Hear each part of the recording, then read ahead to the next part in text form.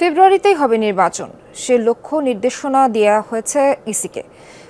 সরকার জাতীয় নির্বাচন নিয়ে এখন ভাবছে। সচিবালয়ে এক ব্রিফিংয়ে এসব কথা জানান বন পরিবেশ উপদেষ্টা সৈয়দ রেজওয়ানা হাসান।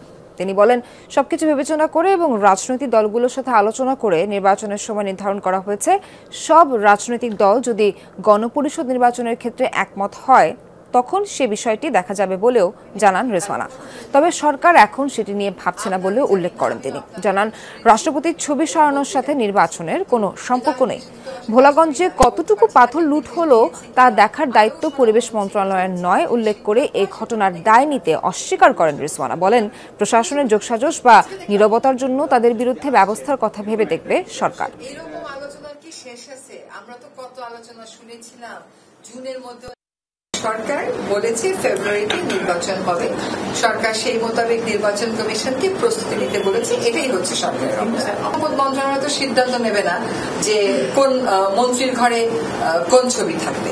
যেহেতু আমি বিদেশি দূতাবাসে কাজ করি না, আমি বলতে পারছি না যে আসলে প্রেক্ষিতটা কি, কিন্তু এর সাথে নির্বাচনের কোনো সম্পর্ক আছে বলে আমার মনে হয়।